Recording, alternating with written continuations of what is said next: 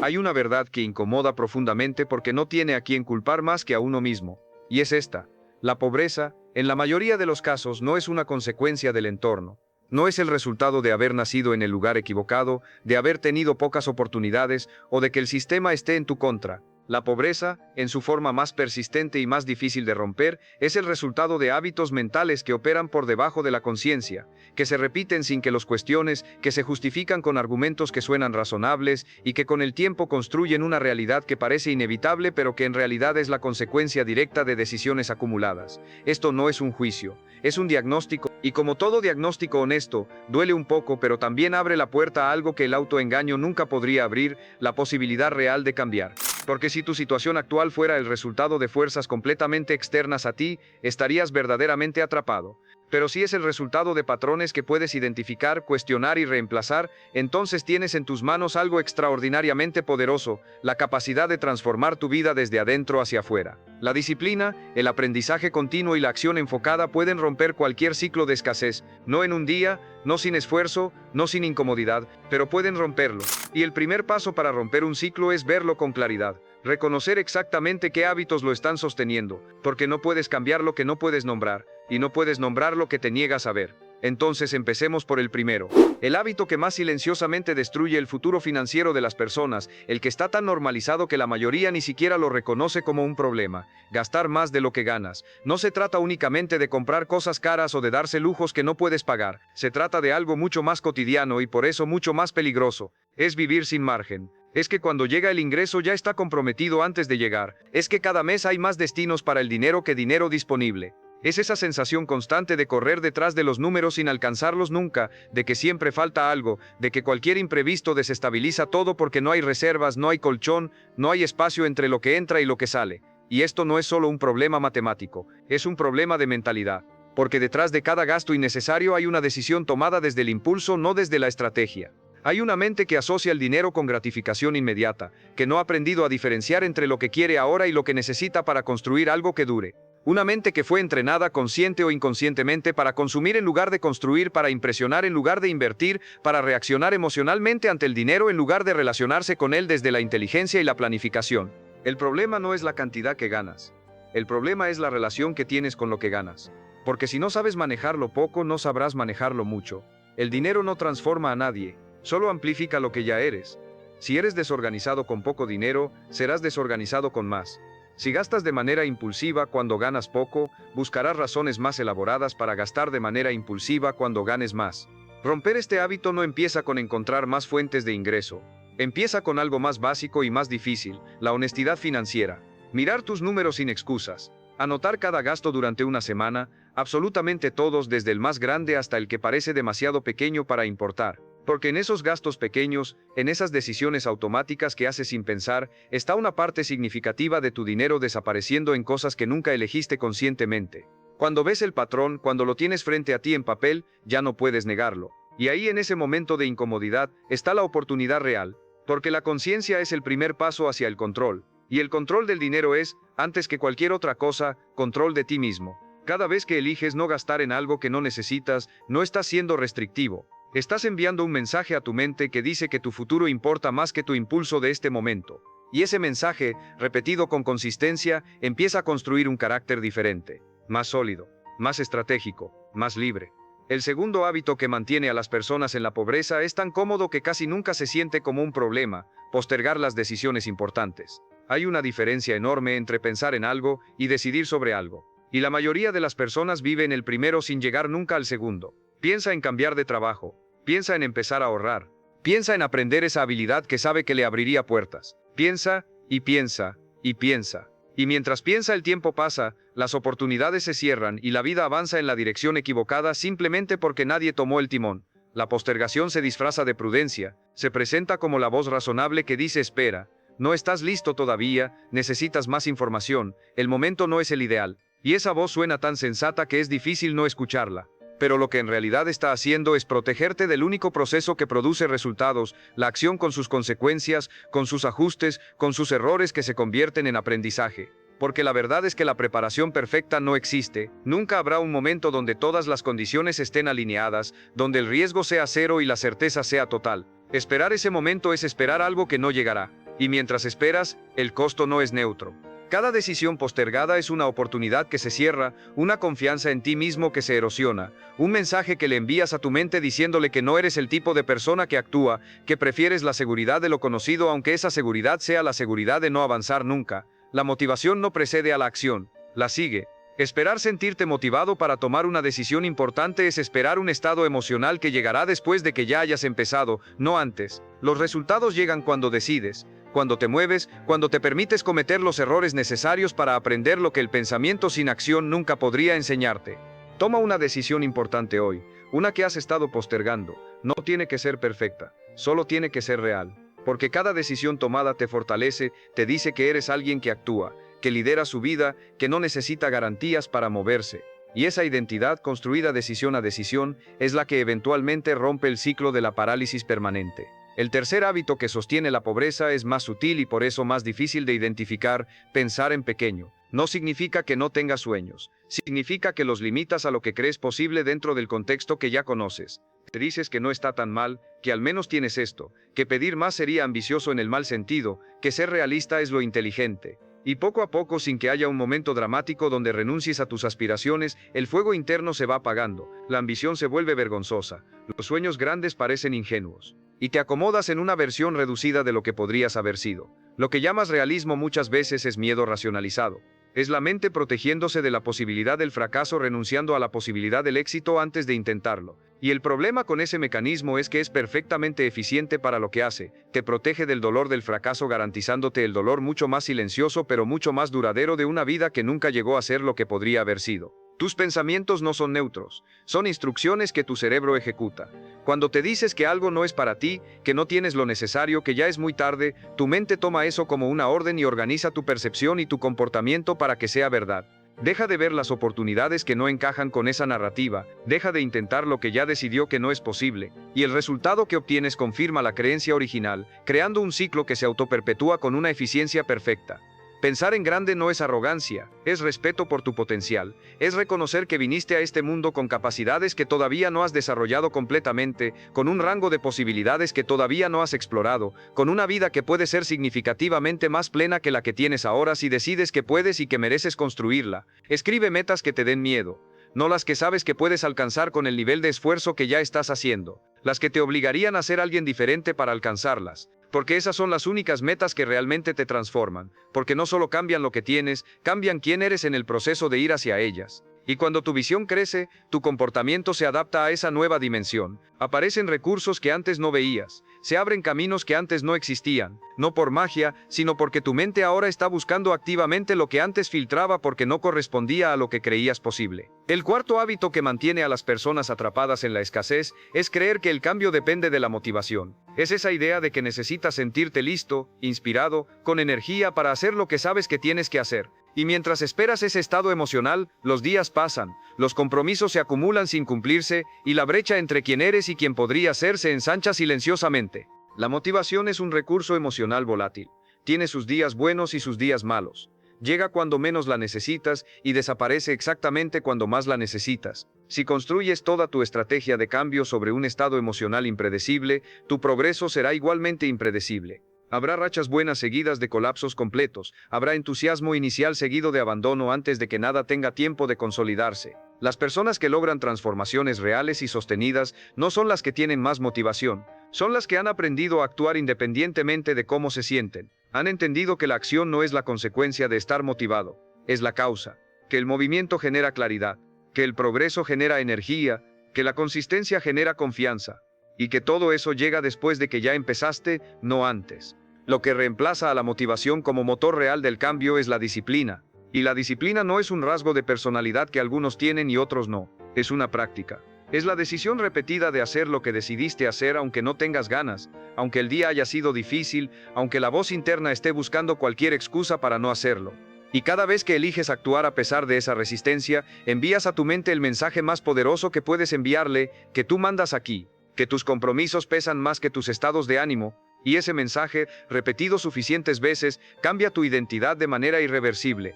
Crea sistemas que no dependan de cómo te sientes. Rutinas que ejecutes de manera tan automática que la pregunta de si tienes ganas o no simplemente deje de ser relevante.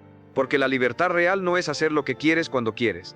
La libertad real es tener la capacidad de hacer lo que decidiste hacer incluso cuando no quieres, porque sabes que ese es el precio de la vida que elegiste construir. El quinto hábito que sostiene la pobreza es uno del que rara vez se habla con la honestidad que merece, el entorno humano que permites a tu alrededor. Las personas con quienes pasas la mayor parte de tu tiempo no solo afectan tu estado de ánimo, afectan tu forma de pensar, afectan lo que crees posible, afectan los estándares que consideras normales. Y si las personas que te rodean habitualmente justifican el estancamiento, critican a quienes intentan progresar, normalizan la queja como forma de vida, y se sienten incómodas cuando alguien de su círculo decide crecer, entonces estás recibiendo una dosis diaria de un veneno, que no se nota de manera inmediata pero que con el tiempo erosiona tu ambición, diluye tu disciplina, y te hace encajar de nuevo en el molde del que intentabas salir. La pobreza mental es contagiosa, no porque haya mala intención detrás de ella, sino porque los patrones se aprenden por exposición. No necesitas que nadie te enseñe a dudar de ti mismo si escuchas suficientes veces las razones por las que las cosas no funcionan. No necesitas que nadie te convenza de que el sistema está en contra tuya, si eso es lo único que se discute en las conversaciones que tienes cada día. Esto no significa que debas rechazar a las personas que te rodean ni que debas tratarlas con distancia. Significa que tienes que ser honesto sobre qué voces estás dejando que tengan influencia real sobre tu manera de ver el mundo y sobre lo que crees que es posible para ti. Porque si tu entorno inmediato no tiene personas que te desafíen a ser mejor, que celebren tu crecimiento, que te hablen de soluciones en lugar de quejas, entonces necesitas buscar esas voces en otro lugar, en libros, en contenido de calidad, en comunidades de personas que estén construyendo algo real. Al principio puede sentirse solitario alejarte de conversaciones y dinámicas que siempre estuvieron ahí. Pero esa soledad temporal es el precio de un entorno que te construye en lugar de uno que te detiene. Y cuando tu mentalidad cambia, cuando tu estándar sube, cuando ya no encajas en los patrones de pensamiento del entorno anterior, entonces naturalmente aparecerán personas más alineadas con lo que estás construyendo. No porque el universo lo organice de manera mágica, sino porque tú estarás buscando, eligiendo y valorando cosas diferentes. Y eso cambia con quién te encuentras y a quién permites que se quede. El sexto hábito que mantiene atrapadas a las personas en la escasez es la ausencia de metas claras. No la ausencia de deseos, que esos abundan en casi todos, sino la ausencia de una dirección concreta, medible y específica que organice el esfuerzo y le dé propósito a las decisiones cotidianas. Un hombre sin metas claras vive en modo reactivo, reacciona a sus deudas, a sus urgencias, a las expectativas de los demás. Su energía se dispersa entre 100 cosas que parecen igualmente importantes y por eso termina avanzando significativamente en ninguna. Trabaja, se esfuerza, se cansa, pero al final del año su vida está aproximadamente en el mismo lugar que estaba al principio, porque el esfuerzo sin dirección no construye progreso, solo produce agotamiento. Cuando tienes una meta genuinamente clara, algo cambia en la arquitectura de tus decisiones. La meta actúa como un filtro. Sabes qué decir que sí y qué decir que no. Sabes a qué dedicar tu energía y a qué no vale la pena dedicarla. Lo urgente deja de dominar todo tu tiempo porque lo importante tiene un lugar definido. Y tu mente, que es extraordinariamente eficiente cuando sabe exactamente qué estás buscando, empieza a notar oportunidades y recursos que antes pasaban desapercibidos porque no estabas buscándolos conscientemente. Pero una meta real no es un deseo vago como quiero mejorar mi situación o quiero tener más dinero. Una meta real tiene número, tiene fecha, tiene una razón tan profunda y personal que cuando el camino se complica, esa razón es suficiente para seguir. Y tiene un plan, aunque sea imperfecto, de los pasos que te van a llevar desde donde estás hasta donde quieres llegar. Escribe tus metas hoy, no las que crees que deberías tener, las que en silencio cuando nadie te escucha reconoces como verdaderamente tuyas, las que te desafían, las que te obligan a ser alguien diferente para alcanzarlas, y léelas todos los días no como un ritual vacío, sino como una forma de recordarle a tu mente dónde está dirigido tu esfuerzo. Porque la mente que recuerda todos los días a dónde va trabaja a tu favor de maneras que la mente sin dirección nunca podría. El séptimo hábito que sostiene la pobreza es uno que destruye el potencial de manera lenta e imperceptible. Creer que el aprendizaje terminó cuando saliste del sistema educativo formal. Asumir que lo que ya sabes es suficiente para construir una vida diferente a la que ya tienes. Esa creencia es una de las más costosas que puedes mantener, porque en un mundo que cambia a una velocidad que nunca antes se había visto, quien deja de aprender no se mantiene igual, retrocede. La pobreza con mucha frecuencia no es falta de recursos, es falta de habilidades específicas que podrían aprenderse y que si se aprendieran, transformarían la capacidad de esa persona de generar resultados completamente diferentes. La habilidad de comunicar con claridad, de manejar las finanzas personales con inteligencia, de vender, de negociar, de liderar, de organizarse. Habilidades concretas, aprendibles, que marcan una diferencia enorme en los resultados que alguien puede producir. Pero la mayoría no las busca, porque cree que ya es tarde, porque cree que el aprendizaje es para otros, porque ha confundido la experiencia que ya tiene con la sabiduría que todavía no ha desarrollado. Y esa confusión le cuesta años, oportunidades y un potencial que nunca llega a desplegarse completamente. El aprendizaje constante no es un lujo reservado para quienes tienen tiempo y recursos, es la inversión más accesible y más rentable que existe. 15 minutos de lectura diaria. Una hora de audio educativo aprovechando los desplazamientos. Una pregunta honesta cada noche sobre qué aprendiste ese día y cómo puedes usarlo mañana. Esas acciones pequeñas, repetidas durante un año, cambian completamente a una persona. No porque la información por sí sola cambia algo, sino porque el hábito de aprender cambia la relación que tienes contigo mismo. Empiezas a verte como alguien capaz de crecer, de mejorar, de resolver problemas que antes parecían imposibles. Y esa percepción de ti mismo cambia tus decisiones. Y tus decisiones cambian tus resultados. No hay conocimiento que nadie pueda quitarte. No hay habilidad desarrollada que una crisis externa pueda borrarte. Lo que construyes dentro de tu mente es permanente de una manera que nada externo puede garantizar. Y por eso invertir en tu propio aprendizaje no es gasto. Es el único activo que se aprecia con el tiempo sin importar lo que pase afuera. El octavo hábito que mantiene a las personas atrapadas en la escasez, y quizás el más destructivo de todos porque es el que bloquea a todos los demás, es la mentalidad de víctima. La costumbre de depositar en factores externos la responsabilidad de lo que es tu vida. El gobierno, el sistema, el jefe, la economía, la familia, el pasado, la suerte. Todo tiene la culpa, menos las propias decisiones. Y mientras más culpa se deposita fuera, más poder se entrega. Porque quien culpa se convierte automáticamente en víctima. Y una víctima no actúa. Espera que algo afuera cambie para poder cambiar. Espera condiciones que no dependen de ella. Y esa espera puede durar toda una vida. Esto no significa que no haya injusticias reales. Las hay. No significa que el contexto no influya. Influye. Pero la diferencia entre quien sale de la escasez y quien se queda en ella raramente es la diferencia en las circunstancias de partida. Es la diferencia en la decisión de asumir la responsabilidad total sobre lo que sí está dentro del propio control, aunque ese rango de control sea pequeño al principio.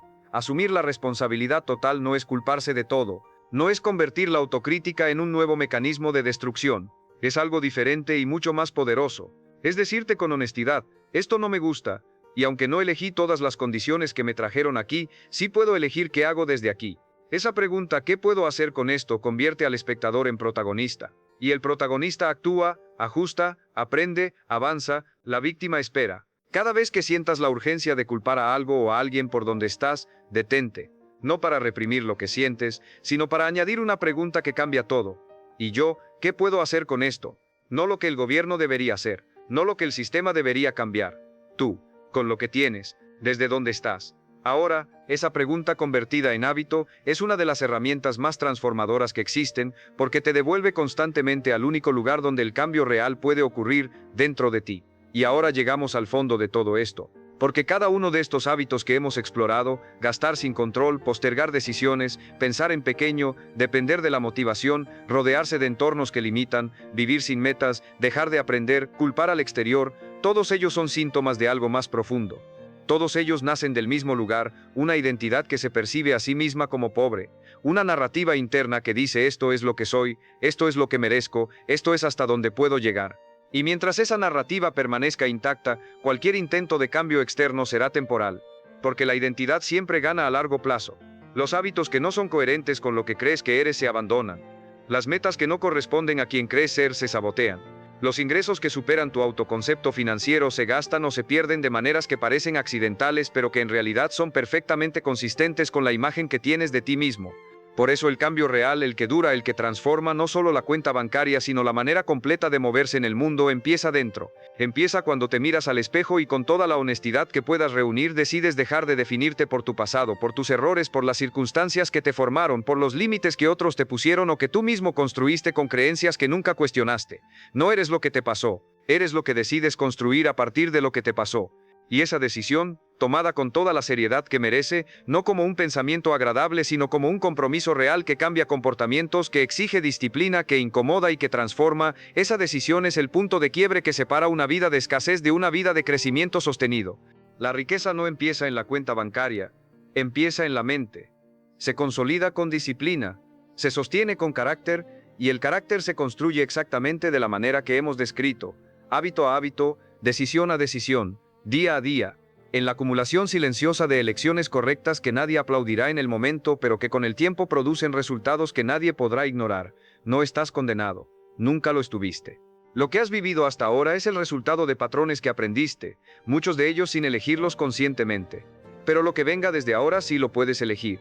Y esa es la noticia más liberadora que existe, que el futuro no está escrito, que no hay ninguna fuerza inevitable que te condene a repetir para siempre lo que ya fue, que puedes romper el ciclo, no de manera perfecta ni inmediata, pero sí de manera real y sostenida, si decides empezar hoy con los hábitos correctos, aunque sean pequeños, aunque nadie los vea, aunque el resultado tarde en llegar.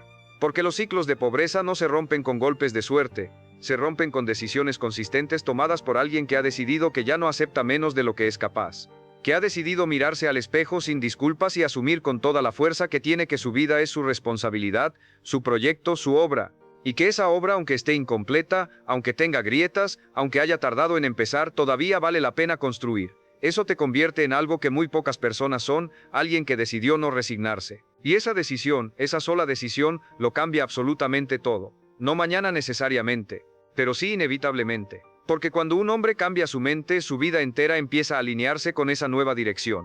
Y cuando ese cambio es genuino, cuando nace de la honestidad y se sostiene con disciplina, nada puede detenerlo. El trabajo empieza hoy, no cuando las condiciones mejoren, no cuando tengas más. Hoy con lo que tienes desde donde estás, con la decisión de no volver a ser el mismo,